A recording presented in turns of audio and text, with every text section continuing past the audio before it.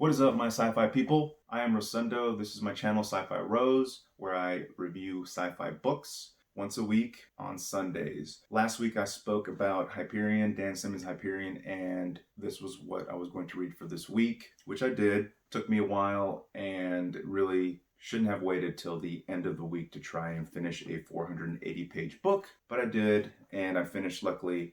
So here we are. Dan Simmons won the 1989 Hugo Award for publishing this book. Hyperion discusses 7 individual main characters' story within the main story. It's been often compared to Canterbury Tales. So I didn't read Canterbury Tales, never have, but I was curious as to how it was compared to it. I did a little research just to get the gist. Canterbury Tales basically does the same thing in the sense that it discusses each character's story, but they're never intertwined from what I understand. In Hyperion, they are. Dan Simmons was able to go into great detail for each of the protagonists, and for me, that's what made it so good. They were all unique stories, and together they were put on this mission, and so that's why the stories were told from each person's point of view. The plot deals with a mission to find the Shrike. All 7 protagonists leave together, and at that point in time, they decide that each of them will tell their story of the reason why they are on the mission. Their involvement is quickly unfolded once their story is told, and one by one they get to know each other a little bit better. We as the audience get to find out a little bit more about each character, and each character is unique and entertaining. You have some calamity, comedy, some strangeness, some seriousness, all told in the vastness of space and traveling within the space. The way Dan Simmons wrote the story was very easy to follow. He tells you they're all on a mission, and at that point, you then realize that each will tell their story. Very easy to understand the style of writing, although a lot of the jargon that is used is not from this earth, so you have to just get used to the different types of verbiage. I, for one, found it extremely entertaining, and I'm looking forward to reading the sequels. But as a bit of caution for people that are not interested in reading more than one book, this is probably not the book for you. You definitely will have to read at least part 2 from what I've seen in this first book to get any type of closure. So I will, in due time, read the rest of the books. At this point in time, though, I can't do that. Just the same thing with Ender's Game. I can't give my time a full week to sequels. At this point, I just want to explore some more science fiction, different styles, different authors. And then once I get the hang of the classics and anything that's new, I would probably say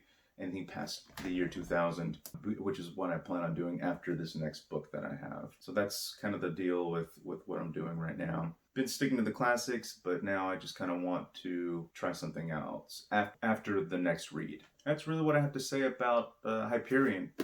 I highly recommend it. I really enjoyed it. I wish I would have spread out the reading times throughout the week. Like I said earlier, it's just I waited a little too long at the end. It was high pressure to finish, but luckily I did, and here we are. And that's where we're at with Hyperion. I think at this point I want to move on and discuss what I will be reading next week.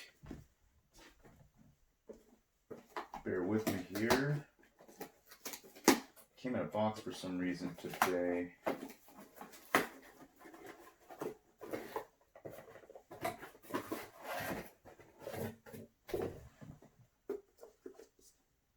"2001: Space Odyssey."